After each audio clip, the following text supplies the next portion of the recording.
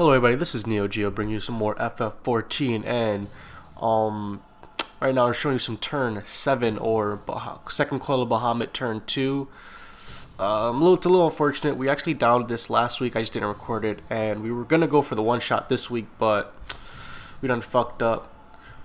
Overall, this turn is exceptionally really fun. Like, there's a lot of stuff to do. There's some pretty, like, it's really fun because it's a lot about communicating and like being sure that you can keep your team together.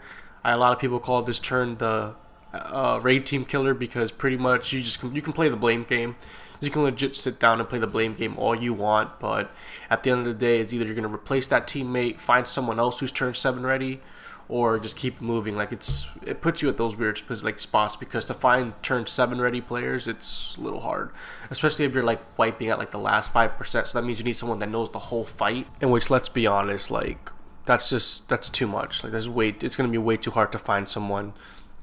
But moving forward, the fight itself though is really fun. Once you really get it down, it's not that hard.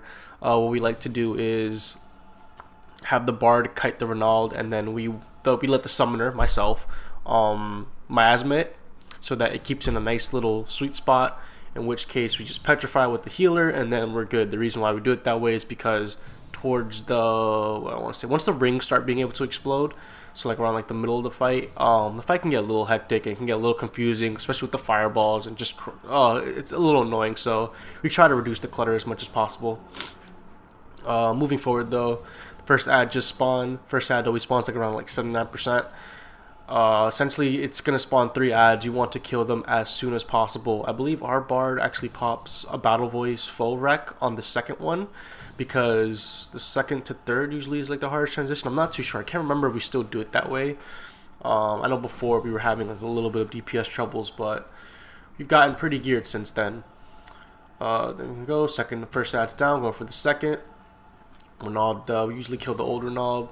This one we're gonna dump. I don't have anything on me, so I'm good. Essentially, the puke will pick 1 tank, 1 healer, 1 DPS, and then from essentially you just have to like dump it out somewhere or use it to petrify a Ronald. Right now I'm just gonna probably miasma. Yeah, I'm gonna miasma this right here. Actually, or am I? No, never mind. It's pretty good. It doesn't really matter. I believe I did.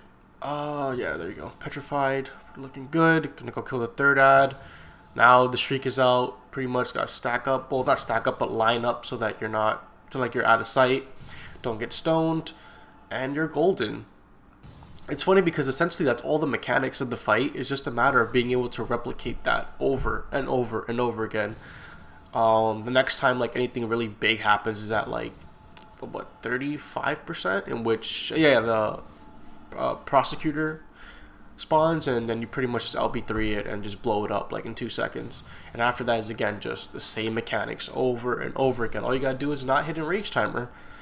But to be honest, it's easier said than done. I'm a little sad. I popped the raging strikes like on the YOLO. I was like, there's no way I'm gonna get targeted. I'm good, but caught him slipping. It's alright. I'm still gonna be able to get a raging strikes, miasma and fester, so not the worst thing in the world. Let's see.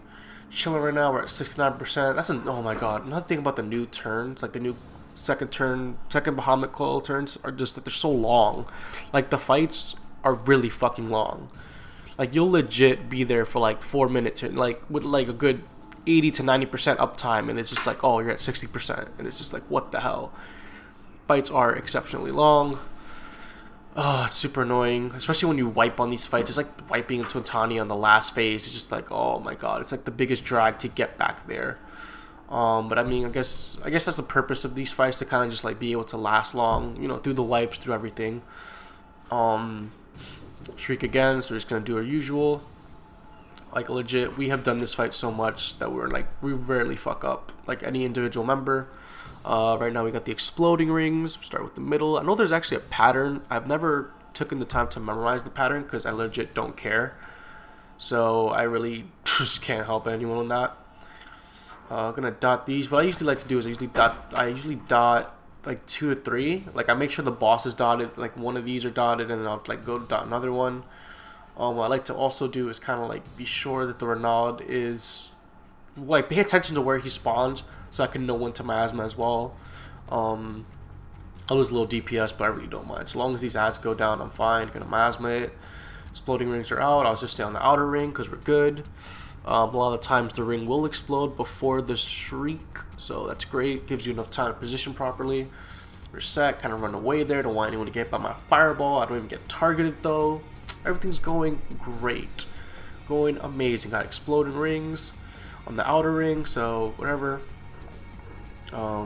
If you try to petrify the Lamia Fate Dealer, like pretty much the archers, they actually get like a buff of some sort. I forgot. Actually, I think, yeah, I believe they get a buff in which they get like the usual, like, you know, increased damage and stuff like that. So if that happens, you kind of want to take them out as fast as possible.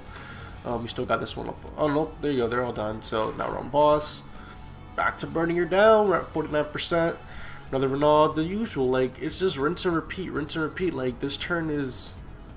It's hard. Like, this is one of the more like stressful turns. I find turn 6 to be like really easy, especially since we one-shotted it this week.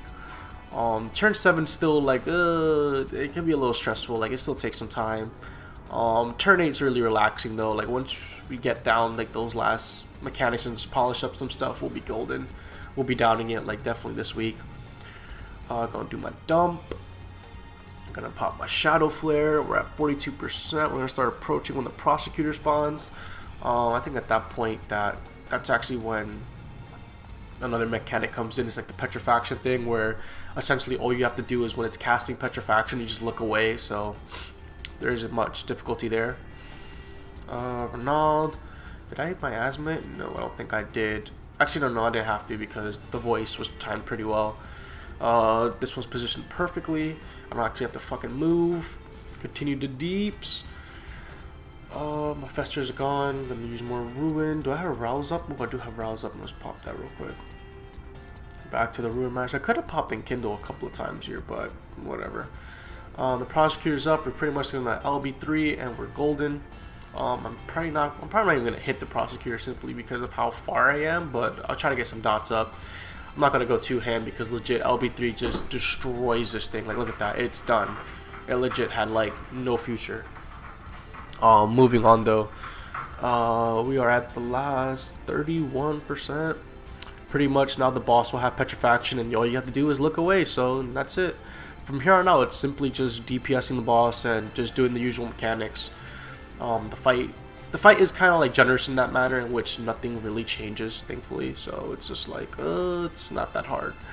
Hopefully next week we can legit secure the one shot and put like as much time as possible into turn 8. We're at 27%. We're bringing the deeps. Got another fester. I got a fester 1242 crit. It's not bad.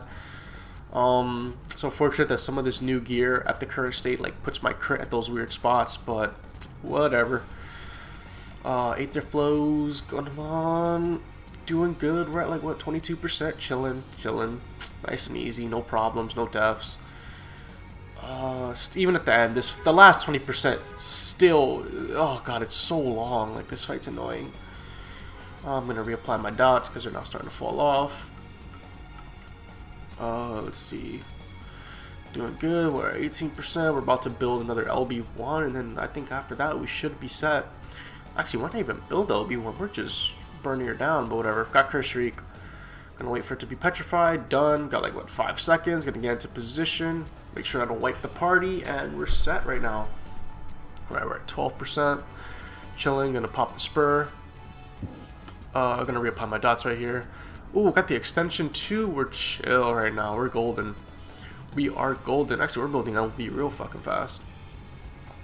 Gonna pop a pot. Yeah, might as well pop a pot just in case, because we don't. The trackers, like the parsers, don't actually have an enrage timer on them, like Twintania, like the Twintania widget app. So you kind of just have to assume we're not hitting it. You kind of can time yourself, but we weren't doing it at the time. So we're like, you know what, fuck it, let's not hit an enrage timer. Let's just go ham. Let's blow her up. She's at 3%. We really don't want to hit it. We weren't really certain. The fight just feels so fucking long. They're just like, god damn it.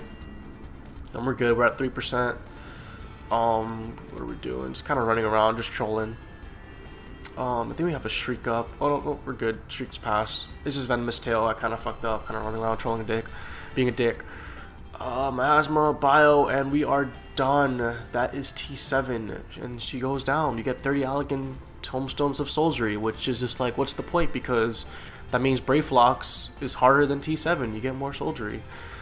Of course, we get the Ring of Slaying for the second time. Our melee doesn't need it, so we're probably going to give it to the Warrior. We set a strategy in which we roll for the oils. The Tombstone's going to go to me, so I get my weapon next week turned up. It also gets the High Elegant Bracelets of Aiming, which will go to our only Bard. This nigga get gear for days, but it's okay. But that's pretty much it. Tombstone and Oils of Time will always drop, and you get 2 other drops, so get that turn 7 down, guys, because that's how you're going to get super geared. You're going to need that shit for turn 8. Thanks all for watching. Hope you enjoyed. Don't forget to like, comment, subscribe, and peace out.